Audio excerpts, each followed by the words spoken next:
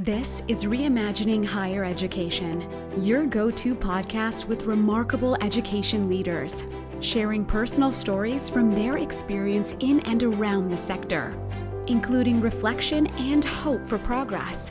With your host, Dr. Noreen Golfman, former provost and vice president academic at Memorial University in St. John's, Newfoundland, and inaugural member of Studiosity's Academic Advisory Board in Canada.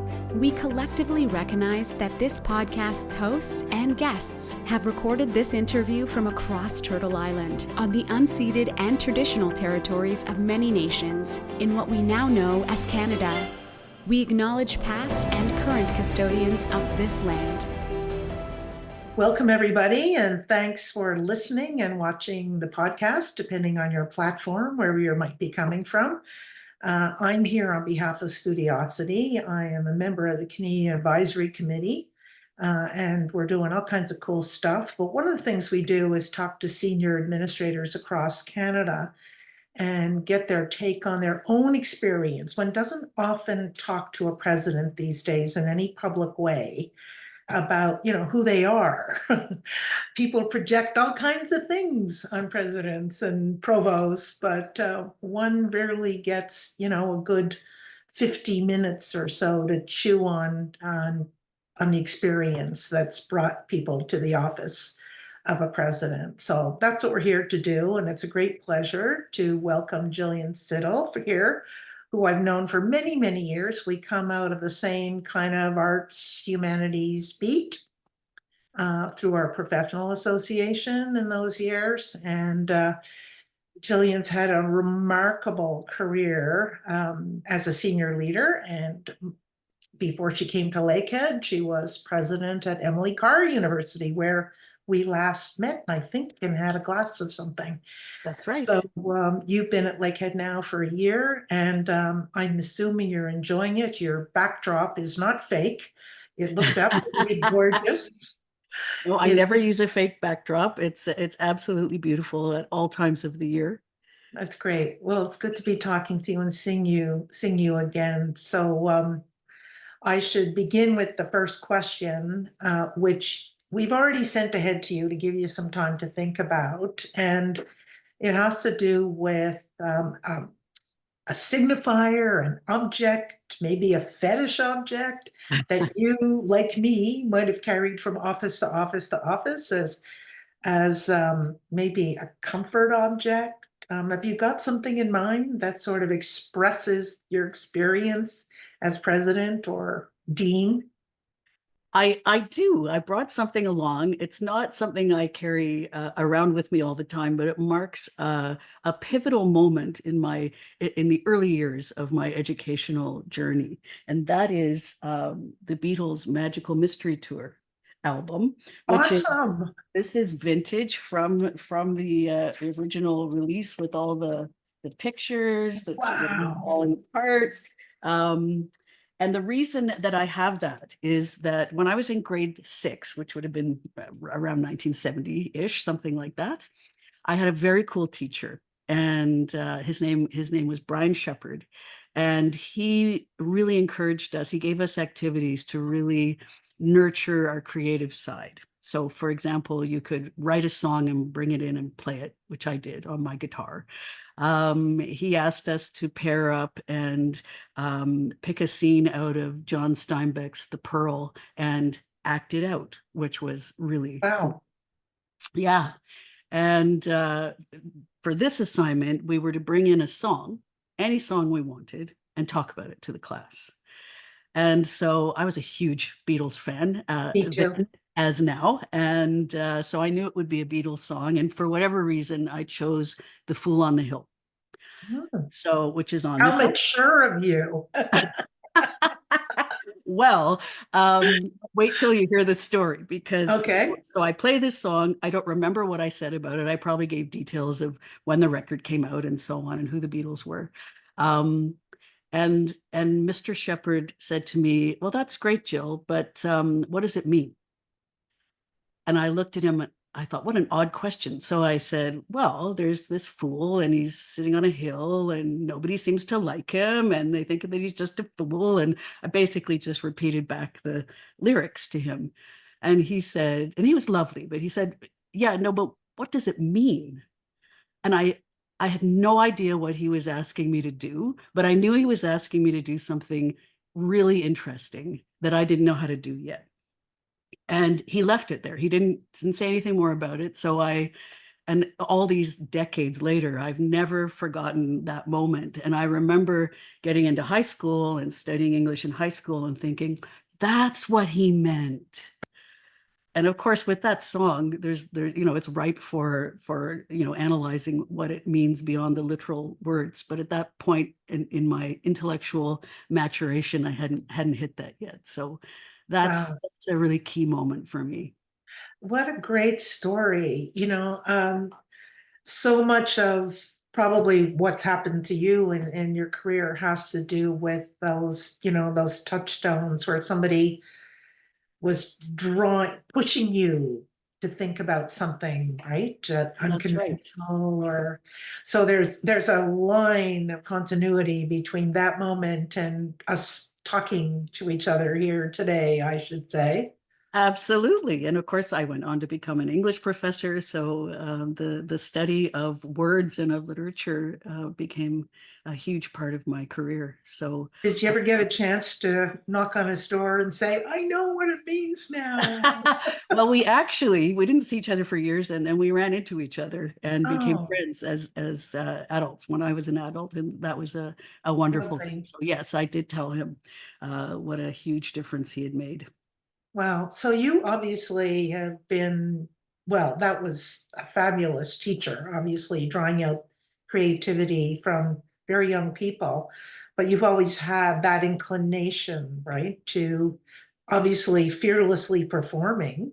That would be something that you probably had confidence to do early on. That's, it's a quality of Yeah, leadership for yeah, sure. yeah, yeah, Courage, yeah. maybe naive courage, but courage. Well, and I never had another teacher who did that. So I just loved him and I loved that year because Oh, of yeah, he absolutely. he ran that class. Yeah. Yeah, I have a similar story, but this is not about me. This is about I'd love to you. hear So I'll it. tell you sometime. But yeah, it's not unlike that. And it happened to me in high school. Um, which leads me to the next stage of your education, which is university, which is, I Mhm. guess, largely what we're here to talk about. And I wonder what your university undergrad or grad experience or both was like. Positive, mixed, moody, creative, It was, uncertain.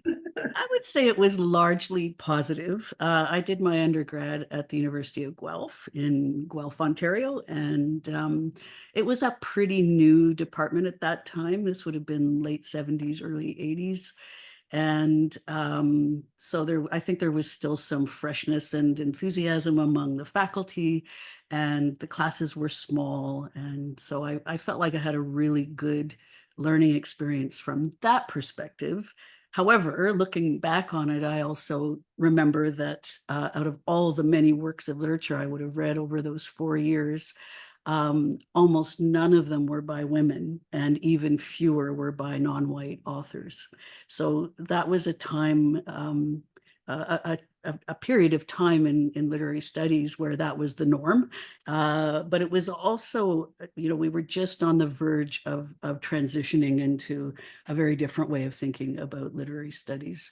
And I had an amazing professor when I was there, who was just as pivotal for me as Mr. Shepard was.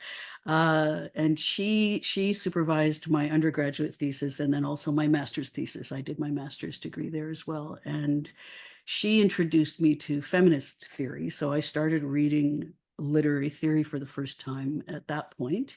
And then when I went on to do my PhD at Western in London, Ontario, um, uh, again, there was still no theory being taught except feminist theory. I had one excellent feminist theory course, but otherwise, not. And so my cohort, we started reading literary theory, just to educate ourselves, because we could see that this was something that we needed to know.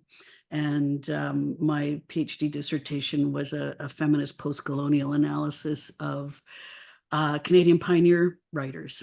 Mhm. And that felt like, I just loved that. I loved moving into that kind of mode of literary analysis. So yeah, that was my experience. It was an interesting time to be moving through those degrees.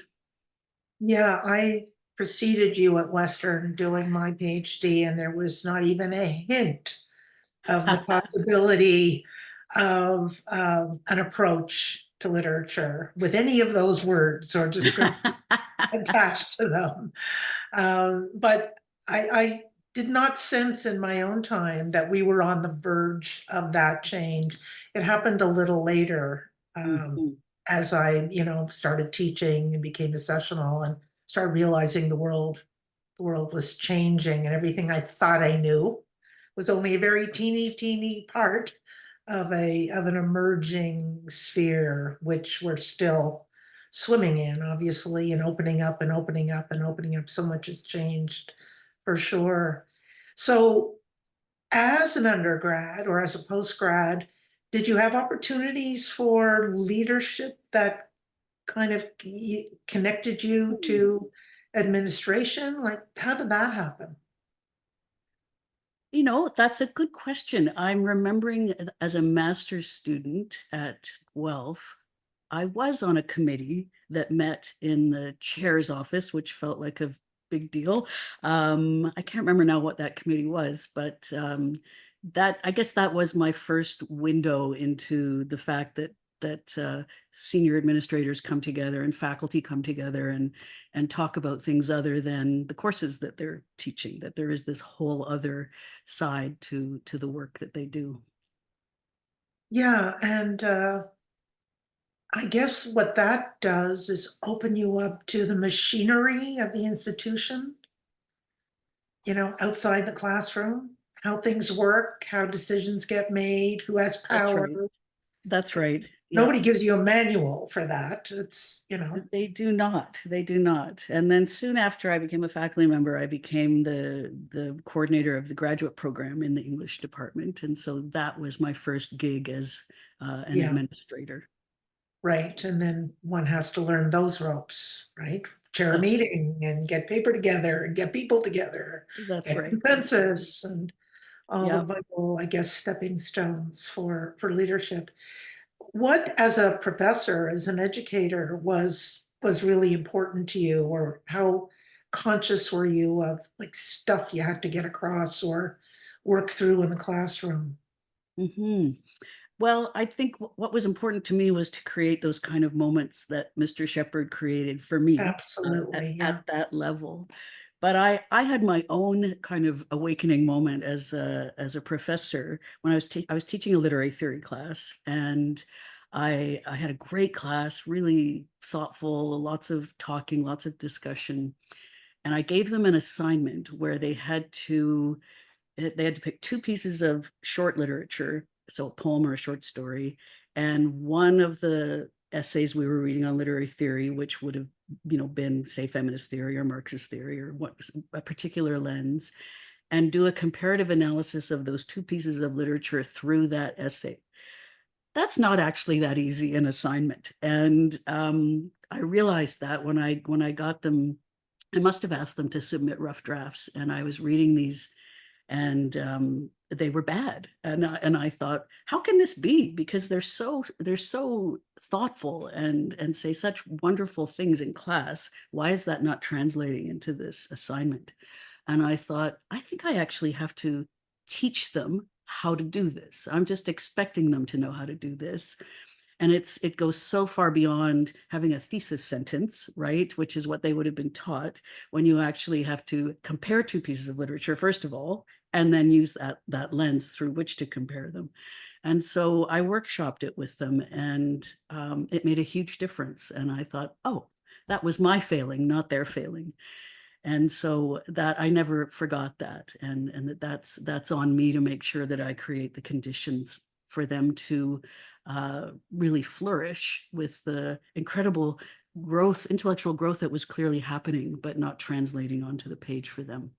That's a great story. And it reminds me too that that kind of comparative assignment, I don't know today whether that's a common practice or approach Mm, to learning, but it's almost old fashioned in a way, except for that other lens, right. right? And so it, perhaps not something they would have been familiar with, even at a very basic level. It seems so obvious to us, but um, That's right. That's right. Yeah.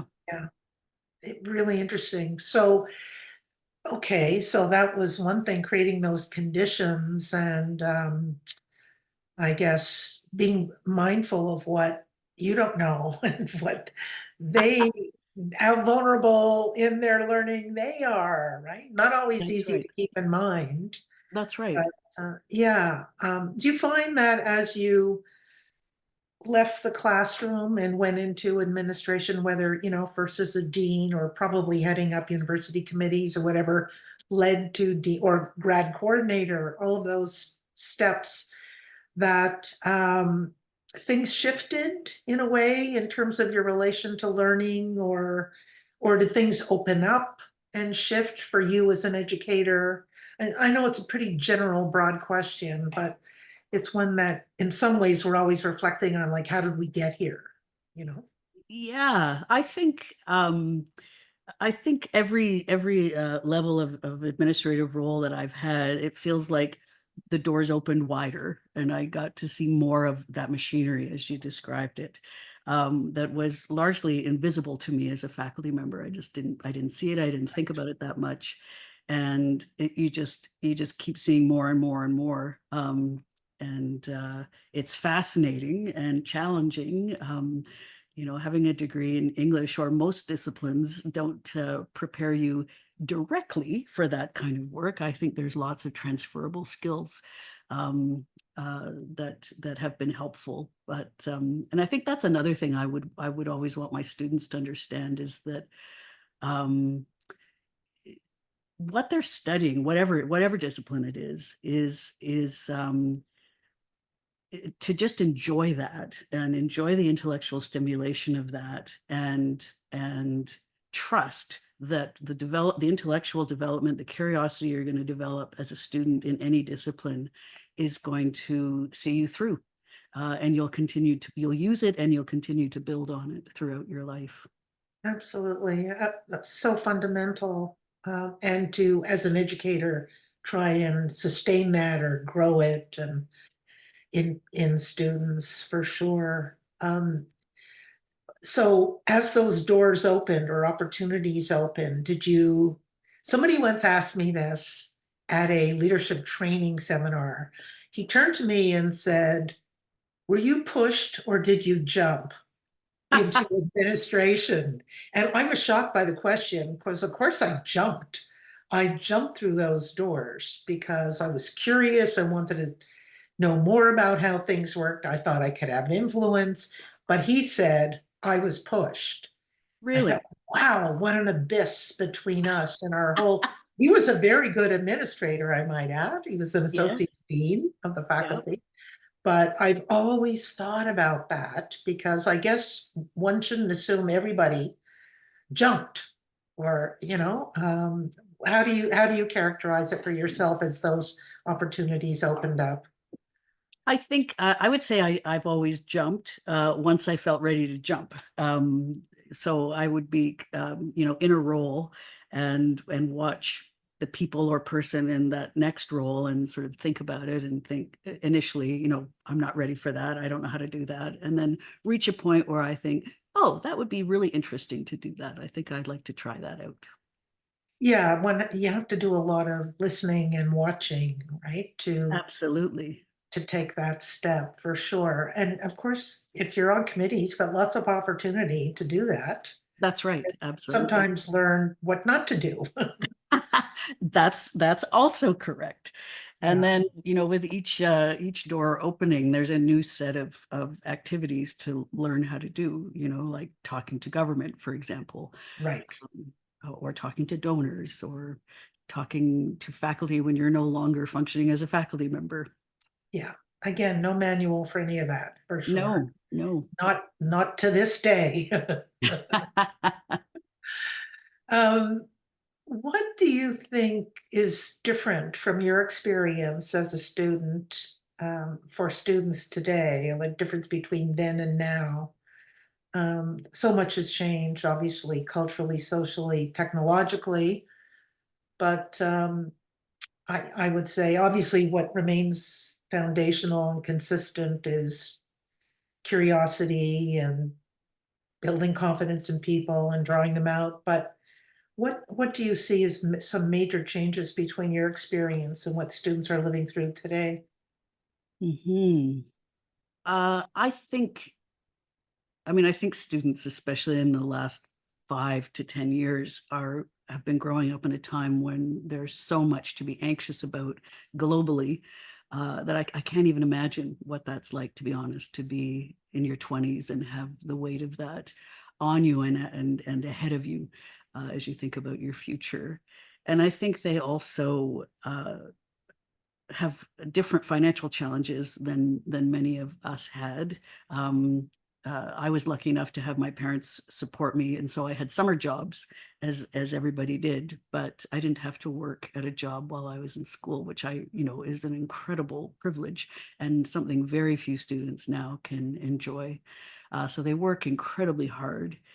Um, I think an amazing thing that's changed is international students attending our universities in Canada, and that was not the case when I was an undergrad. I don't know if there were any international students when I was doing my undergrad, but um, they're such a vital part of the culture now, and that's a wonderful thing for domestic students to have that experience, and a wonderful thing for the university, a wonderful thing for our communities. So that's a big change. Um, Technology obviously has changed a lot. I remember that same wonderful professor I was talking about.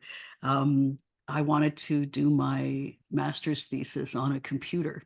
My dad had one. I didn't have my own, but my dad had one. And she was very suspicious of what would happen to the quality of my writing if I were to use a computer. Really? Oh, that's interesting. Yeah, really interesting. And uh, in the end, of course, she came around and was using computers herself. But that's, again, that I was kind of in that transitional phase. And then I finally got my own computer when I was doing my PhD, but I didn't have it at the start of my PhD. It's Neither did I. Yeah. amazing to think about now. Um, and, I think for the most part, that has been incredible for enhancing education. Yeah, absolutely. Of course, excuse me, there are, downsides, obviously, social media, aggravating anxiety and all that, all those obvious observations, I guess, can be made. What about AI? Is that something that you're dealing with? Or, I mean, we're in another transitional moment. We are, Computers are yeah. now given, but now the new technology, perhaps that same anxiety exists among some of your faculty or faculty everywhere about its pernicious influence, if they see it that way, and I'm sure some Yeah, do.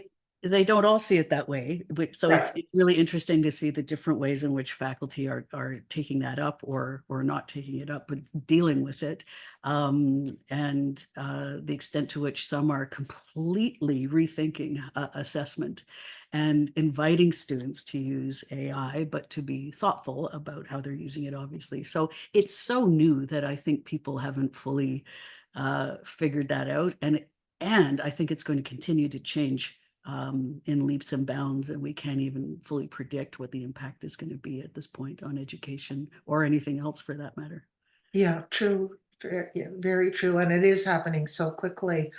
And I guess it's an opportunity, someone observed to me recently, for educators to learn from their students who might be well ahead. They may not understand completely some of the collateral effects or just the consequences to some, and I don't mean that negatively necessarily, of Mhm. harnessing AI or generative AI, but many of them are ahead of where faculty might be, using more traditional ways of approaching criticism or writing or whatever it happens to be. Yeah, in an essay-based discipline, Yeah, it's really something to think about. yeah. Well, one of the pieces of research that Studiosity does is trying to assess as much as one can with the well-being of students today. And of course, just as you've said, not surprisingly, the evidence so far is overwhelming that a majority of students feel, even if they're happy with their institutions and the support services at their institutions, they're feeling quite anxious, certainly about the world, geopolitics, finances, uncertainty. It's hard not to feel that way these days, but they're curious about AI. They want their institutions to be open to new approaches. They want smaller classrooms. They want more attention. And some of these are longstanding, of course, expressions that students would have or make. But the severity of that anxiety is really impressed upon us every time we do the research, and Mhm. it's not diminishing. So it's challenging being in that environment, I'm sure for you, very much so. Absolutely. It's I think universities also much more than in my day as an undergrad are taking that very seriously and providing lots of support, but it doesn't completely take away that anxiety, that's for sure. Yeah, it'd be interesting, to having this conversation in 15, 20 years when the professoriate turns over. Yes. And who knows, what we'll be doing, what we'll be doing in English classes. I mean, that's already changing, of course. If you could change something for students now, do you have anything in mind that you would recommend or make happen if you could? I would make it so that they could really revel in their time as an undergrad. And so I would try to lift some of that weight from them. Um, and also, as I was saying earlier, help them understand that any discipline they go into is going to do well for them going forward, and not to be too focused on the career, unless they have a particular thing in mind. But you go to the big university fair in Toronto every fall that's held here in Ontario, and tens of thousands of students come through, and there's so many with their parents in many cases, and it's so clear that some of them are going into the discipline their parents want them to go into, and you can see already that they are not enthusiastic about that. And I've always tried to say, university is great, but it's also hard, so study something you love, Mhm. and it's going to work out. It's going to work out. We have data to prove that it's going to work out. So just really dig into something that you love. Yeah, and that tension didn't really exist for me as an undergrad or even a postgrad, between the urge to, follow a vocation leading to a job and a salary and all that. I mean, I always imagined in some Pollyanna way that would happen, but that wasn't part of our No, student discourse. It wasn't part of it our language. wasn't. Today, of course, it is for all kinds of understandable reasons. So there's that tension between, as you say, trying to get people just to enjoy and not worry about that on the one hand, but it's a real worry on the other, Yeah, absolutely. Yeah, I don't think we're resolving any of that. We're just kind of working through that as much as Well, possible. that's right, and it doesn't help that there's that pervasive discourse out there that a liberal arts education is not going to lead to a good career path. And we know that's not true. The data prove that that's not true, but it persists. And that's something that makes me feel anxious about higher education, is the erosion of the liberal arts. I think that that's something we all need to be very focused on and really support. Yeah, it's happening. It's been happening for some time. It just feels more and more urgent. Somebody else said recently that in the Canadian kind of commentary landscape, that one thing we have to stop saying is that we need to tell our stories better. So stop saying that. That's what I was advised, because we've been saying that for a long time and it ain't working. Right. We're still Uh, saying that in the we're meetings I still attend. We're saying still that. We're saying that. still saying that. Calling out the evidence and all the data. So yeah, things have definitely shifted where even saying that is no longer acceptable. So yeah, yeah, it takes a lot of courage, I think, these days to be going to the future as a president of a university with all that stress. But you seem to be handling it well, and you come out of a creative world. I mean, you still are involved, I'm sure, in music and creative work and creative life.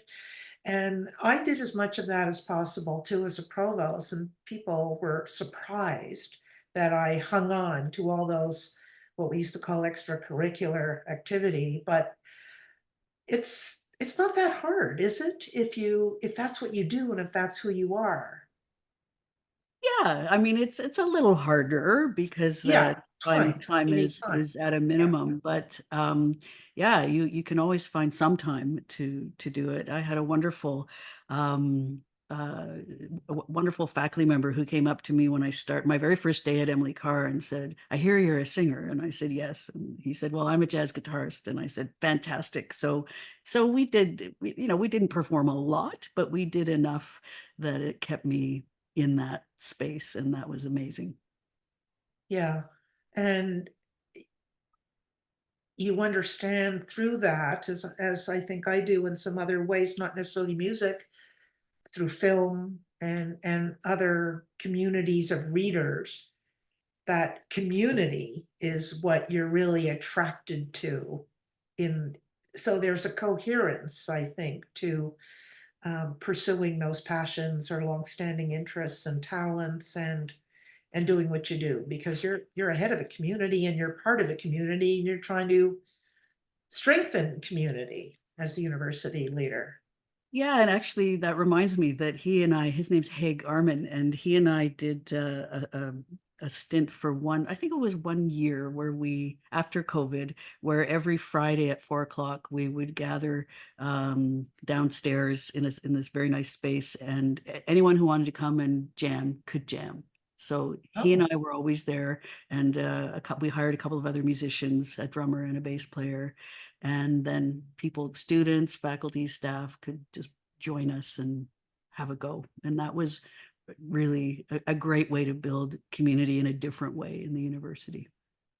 and emerging out of a lockdown, right? Emerging out of Yes. that, how did you handle that? You were president at Emily Carr, I guess, through the lockdown. Yeah, Yeah, and at the time, my colleagues, my presidential colleagues, would say to me, "How on earth are you managing through COVID when you lead a university that's studio-based education?" exactly. Yeah. And it was amazing how faculty rose to the occasion to do that. So there were a few studio-based courses we could not offer, because the kilns were not available and so on. But what faculty did was get students engaging in whatever creative form it was at home. And so for example, Emily Carr has one of the best printmaking shops probably in the world. It's just beautiful, wonderful, and inaccessible during COVID. So faculty would get students to use found objects at home Hmm. and do printmaking at home. And I think it really stretched the students. So they didn't get access to all that lovely fancy equipment, but they did have to think about how the mechanics of that equipment and how it works. And I think that was an amazing experience for them. Or we had another faculty member getting students to make their own paints and paintbrushes at home with whatever they could find. And I just think that was amazing. Wow. And so we got through it with flying colors, and it was I think it was really instructive because before COVID, Emily Carr had very few courses online. So it was an accessibility issue, really. And now we know that that's quite possible to do that. And that's a great thing going forward. That's a great story because there's so much negativity around the COVID experience for learners and students in some general way, being isolated or being in very perhaps traditional discipline-based programs where that creative option did not seem possible or was not encouraged. Not that it couldn't have been. I'm sure there's all kinds of exceptions to what I just said. Right. But it's great hearing a story where people really rose to the occasion. I think we've been fond of boasting about our ability to pivot, to go hybrid or go online or whatever. But what you're talking about is much more meaningful because it has to do with something that happened to students in a very positive, creative way. That's great. It's the first really positive story I've heard about how things changed for I the mean, better. don't get me wrong, it was an incredibly Oh difficult yeah, time, sure. but yeah, what faculty were able to do just blew my mind. Yeah, that's great. It's a good story. Probably should be written up if it hasn't been already. So what advice would you give to the younger self learner, whether grade 6 with Mr. Shepherd or later or at various stages? What wisdom would you impart to that person? I think that I would say have more confidence and trust in yourself to take on all aspects of any new experience. I mean, obviously, I've had the confidence to get to where I am today, but I think being a female, being the first in roles, over and over again, I think that has a kind of effect on our mindsets that is its own thing to deal with. So I think that would be my advice.